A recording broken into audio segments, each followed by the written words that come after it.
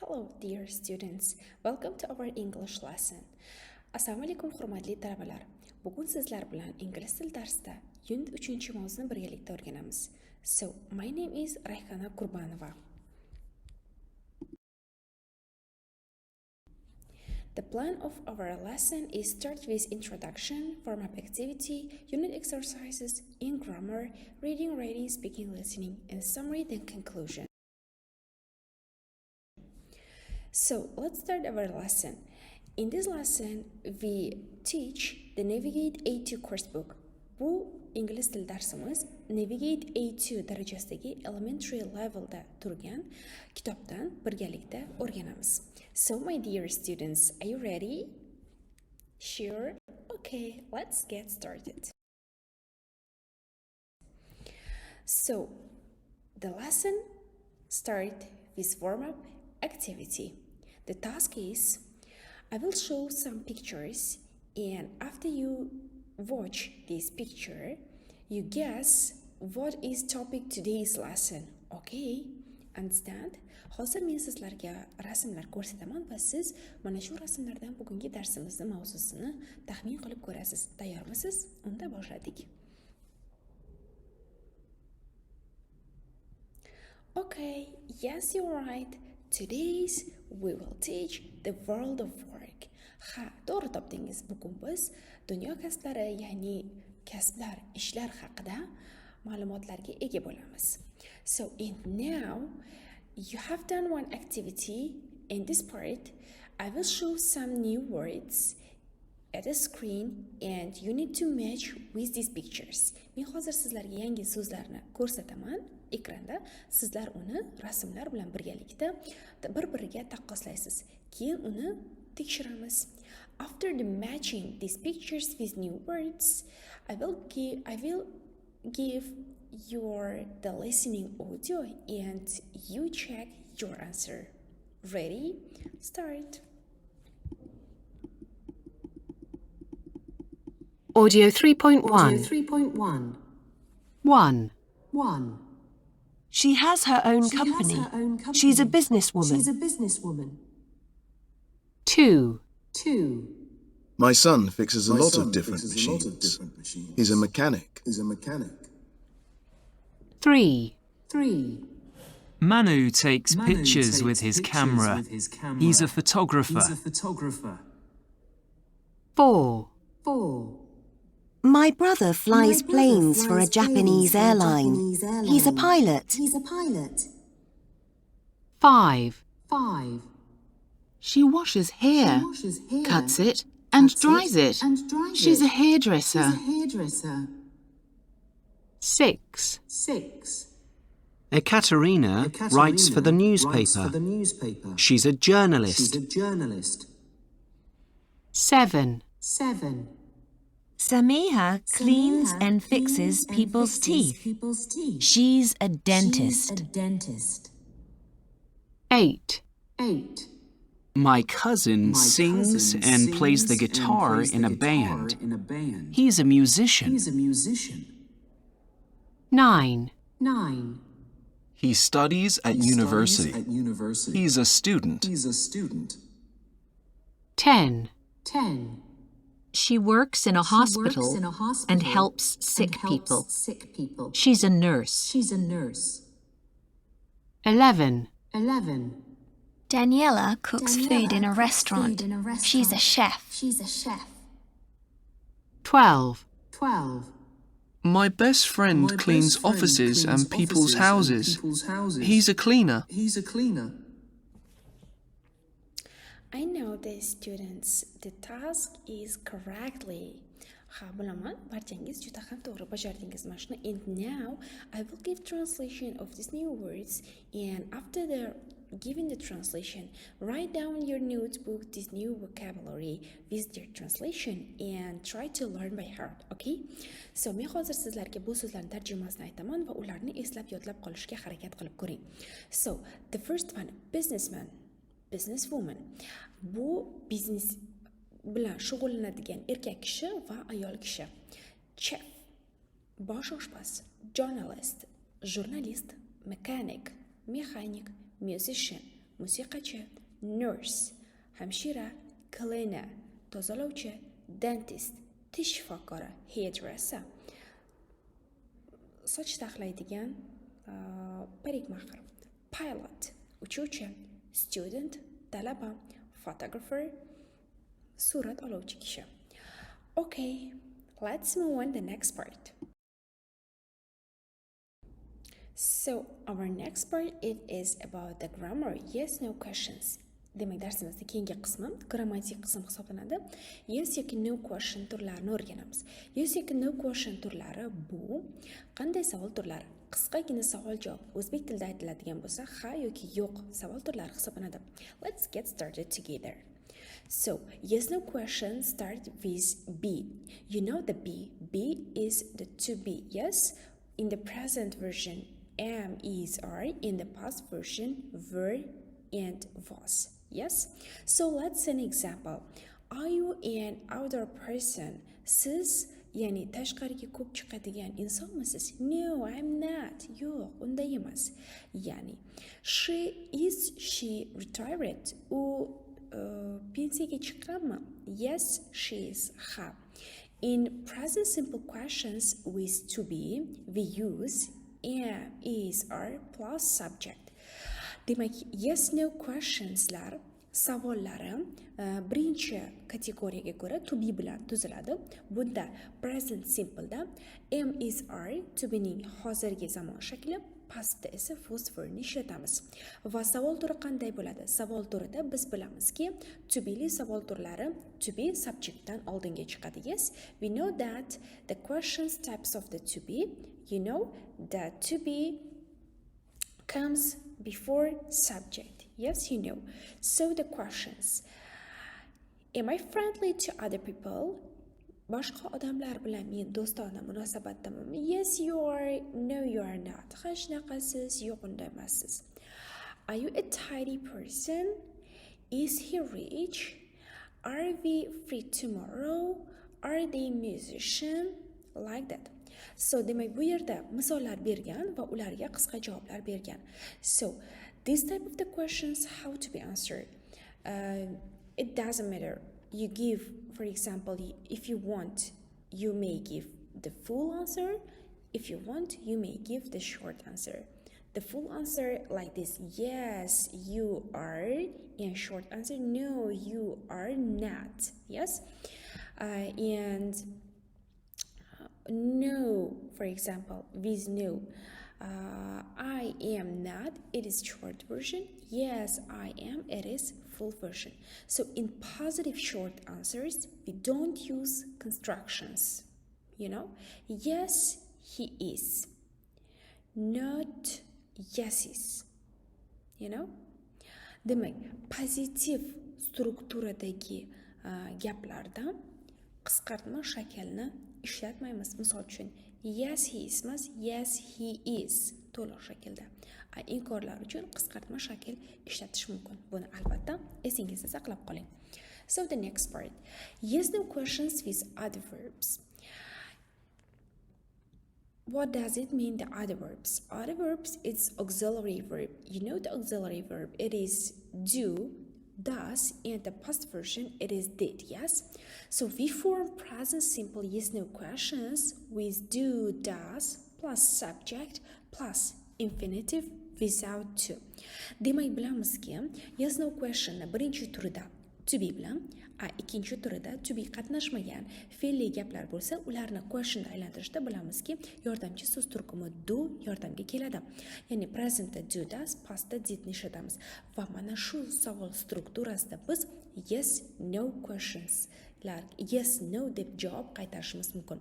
Ya'ni bu savol turiga beriladigan javobga nisbatan mana shunday nomlangan. For example, do you like your job? Ishingizni yoqtirasizmi? Yes, I do. Or no, I don't. Does she get up early? U ertalab vaqtli uyg'onadimi? Yes, she does. Yoki no, she doesn't. Does it rain a lot? Do we usually go home early? Do they work long hours? It isn't just example. Let's move on next part. So, in short answers, we use do, don't, or does, doesn't. We don't use the main verb. Demak, qisqagina beriladigan javobda do bilan ishlatiladigan bo'lsa biz javobda don't, does va past versionda didni ishlatamiz, lekin asosiy fe'lni ishlatmaymiz. Misol uchun, for example, do you like taking photo? Yes, I do yoki no, I don't. Demak, ko'rishingiz mumkinki, rasm olishni yoqtirasizmi desa ha. Yes, I do. Ha, yoqtiraman yoki yo'q, yoqtirmayman. Bunda ko'rib turibsizki, like so'zi qatnashmayapti. For example, yes, I like demaymiz yoki no, I don't like demaymiz. So, does she make a lot of money? Yes, she does. It is not yes, she makes or no, she doesn't make. Okay? For example, demak aytibdi, unda ko'p pul ishlab topadimi desa, ha, o'shana qiladi yoki make bilan, ya'ni gapni asosiy fe'li make bo'lgani uchun javobni make bilan bermaymiz. So, javob beriladigan savol, ya'ni biz nima bilan savol beryapmiz? Yordamchi so'z turkumi bilan, ya'ni does bilan, auxiliary verb bilan. So, the answer should given with does or with do or with did, okay? And now the next part is, and now let's consolidate our knowledge about the grammar. Hozir grammatik o'rgangan strukturamizda mustahkamlab olamiz. Please pay attention to the exercises 7a. Complete the questions and answer about the meeting Diana. Okay? After doing this task, I will give 2 minutes. After doing this task, I will put the listening audio and you check your answer. Ready? Sure. Let's get started. Okay, have you done, students? And check your answer, please. Audio 3.4. 1. Does Mate work at the cinema? Yes, he does.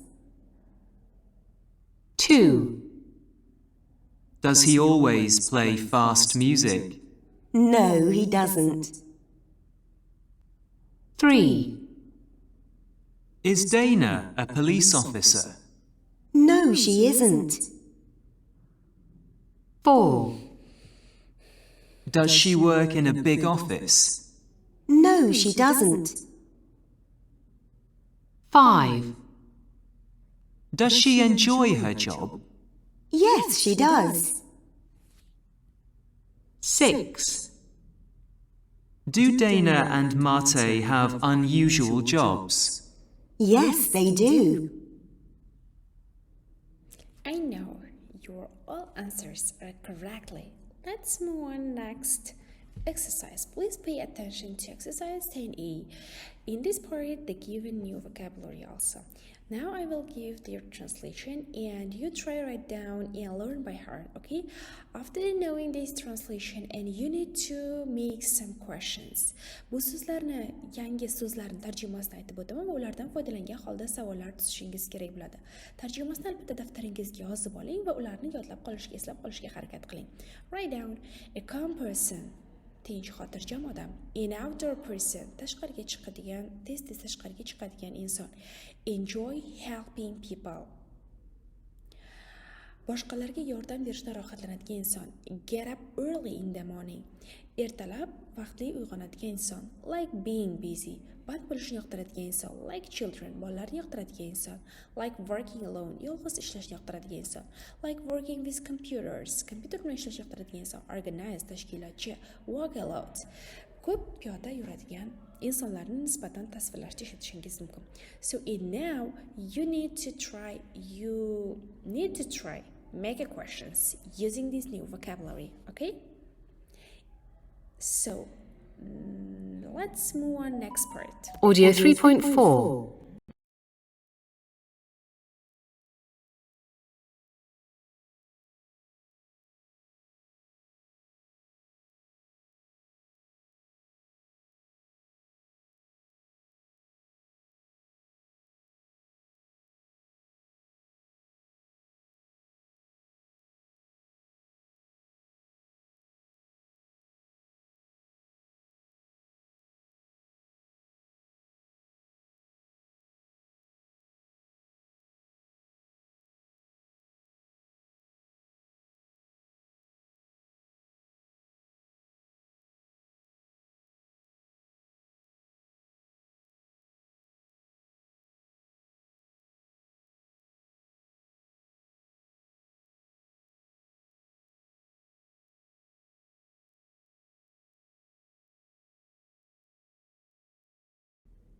So next part of our lesson is reading.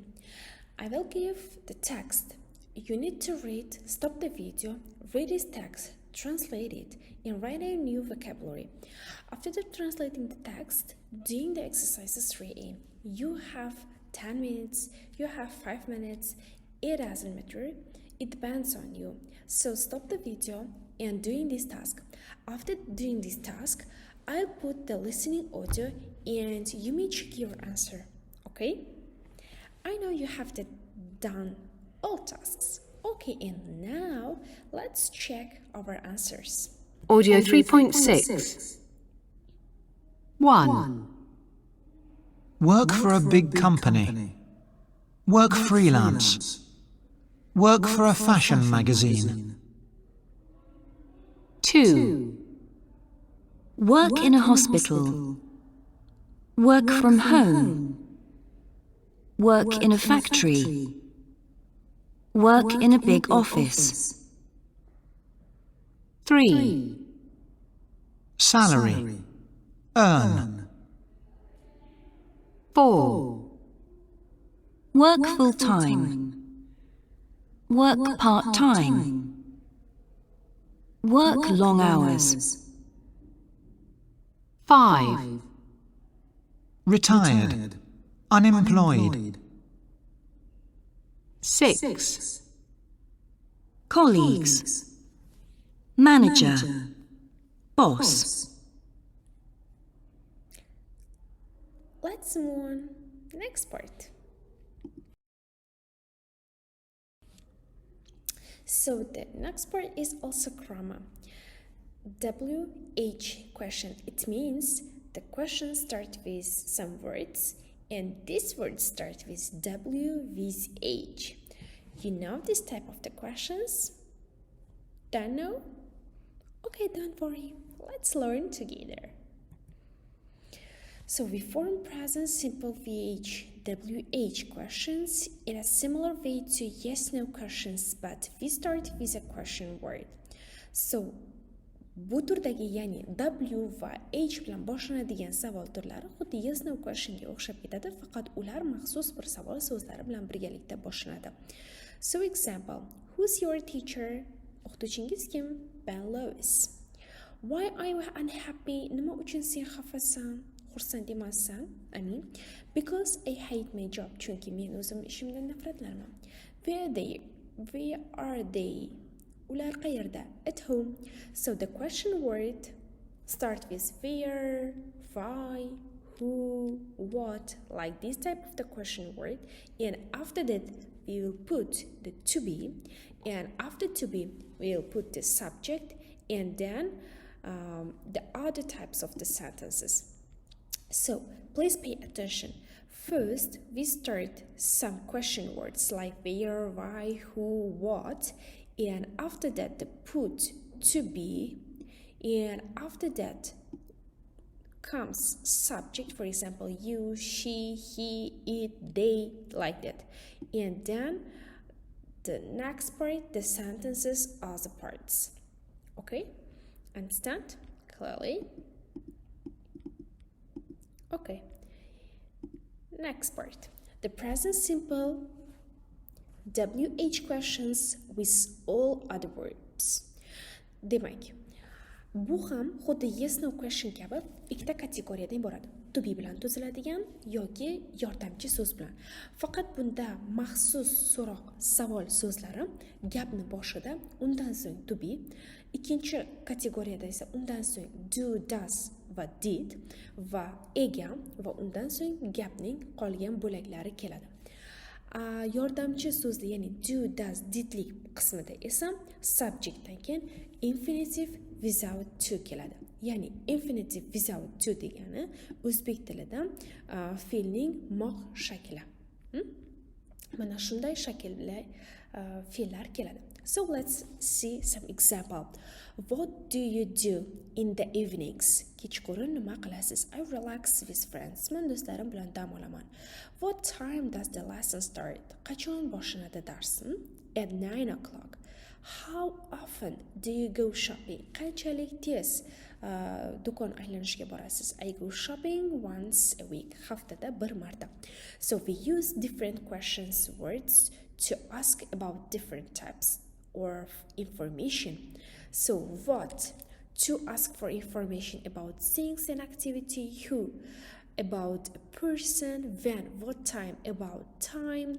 Where? To ask about places. Why? To ask for a reason. How often? To ask about frequency. Demak, what narsalar va biror bir faoliyat uchun so'rashda ishlatiladi, ya'ni nima tarjimasi, who tarjimasi kim, shaxslarga nisbatan, when, what time, when bu qachon, what time qaysi vaqtda, vaqtga nisbatan, where qayer, joylarni so'rayotgan jarayonga nisbatan, why nima uchun tarjimasi, nimanidir sababida so'rayotgan uchun ishlatamiz. How often bu qanchalik tez sodir bo'ladigan holatlarda ishlatamiz, ya'ni how often qanchalik tez degani va how often ham garchi WH bilan boshlanmasa ham mana shunday turdagi so'roq gaplarga kiradi. So let's move on next part. This is part the consolidation part, and hozir biz o'tgan grammatikamizni mustahkamlab olamiz. Work with a partner. I know you have no partner, that's why work with yourself. Choose the correct question word, okay? You have 2 minutes.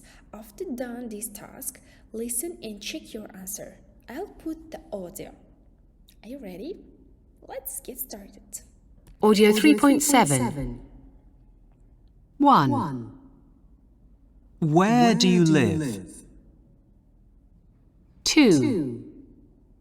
What do you usually wear to work? 3. Why do you want to learn English? 4.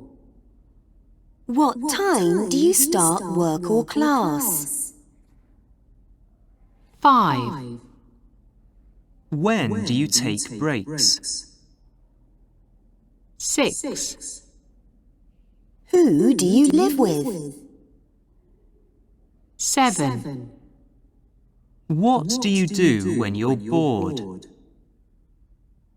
8. How often do you check your emails?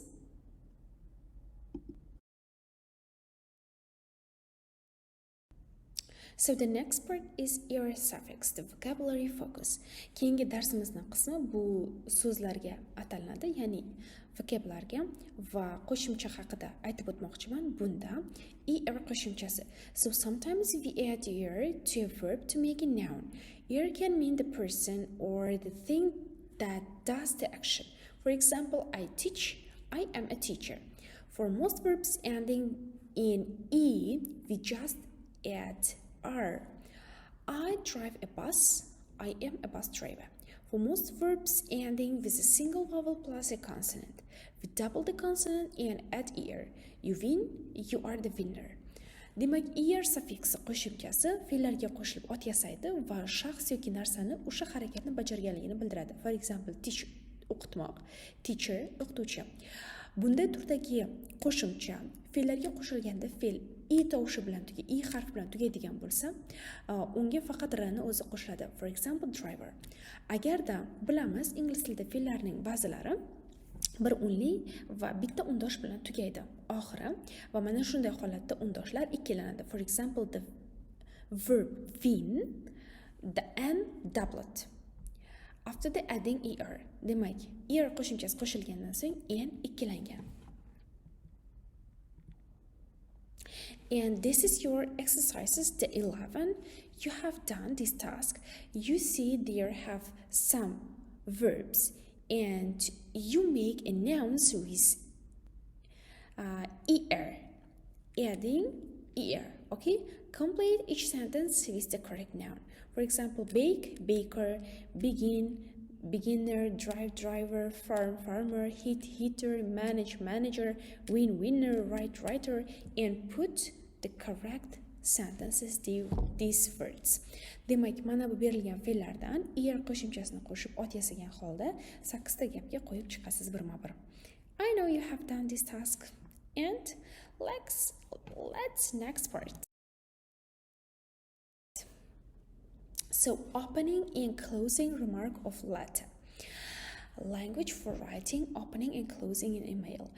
Bilamizki, biz albatta ingliz tilini o'rganish jarayonida xat yozishni ham bosqichma-bosqich o'rganib borishimiz kerak. Hozir sizlarga faqatgina xatning boshlanish va oxirgi qismlari haqida qisqacha ma'lumot berib o'taman. Xatlar ingliz tilida 3 xil formalda bo'ladi.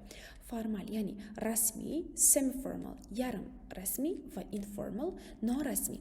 So formal bu qanaqadir bir boshqaruvdagi insonlarga, o'qituvchilarga, mana shu yuqori lavozimdagi shaxslarga jo'natiladi. Semi-formal bu o'rta darajadagi misol uchun qanaqadir bir yaqinroq o'qituvchingiz bo'lishi mumkin, o'zingizga yaqin oladigan yoki yoshi kattaroq do'stingiz, mana shularga. Informal esa o'zingizni eng yaqin do'stlaringizga, xullas norasmiy gaplashadigan insonlaringizga yozishingiz mumkin bo'lgan xatlarda ishlatishingiz mumkin. So in the formal version of letters start with dear Miss, Mrs, Mr, like that or like that. And the ending part is closing part, like yours sincerely or yours faithfully, like that. So in some formal part start, for example, dear Patricia, and the ending part, best wishes, regards. And informal letter start with hi, hello Jana, and all the best, love, like this, ending these types of the email. And now consolidate our knowledge. This is the exercises for you. At the left side you see there the examples, and on the right side you'll give some exercises. First of all, read 1, 2, 3 letters and match these emails, these letters with A, B, C. Okay? You have 2 minutes. Let's move on next part. So this is your homework task. In your book, there are the third unit videos. What do you do? That is the topic. At the bottom, I'll give the link, YouTube link. You put the link and watch the video and do all this task. Okay? Demak, uyga vazifangiz 3-unitdagi videoni mana YouTube'da berilgan link orqali tomosha qilasiz va barcha marklarni bajarasiz. See you soon to the next lesson. Goodbye, dears.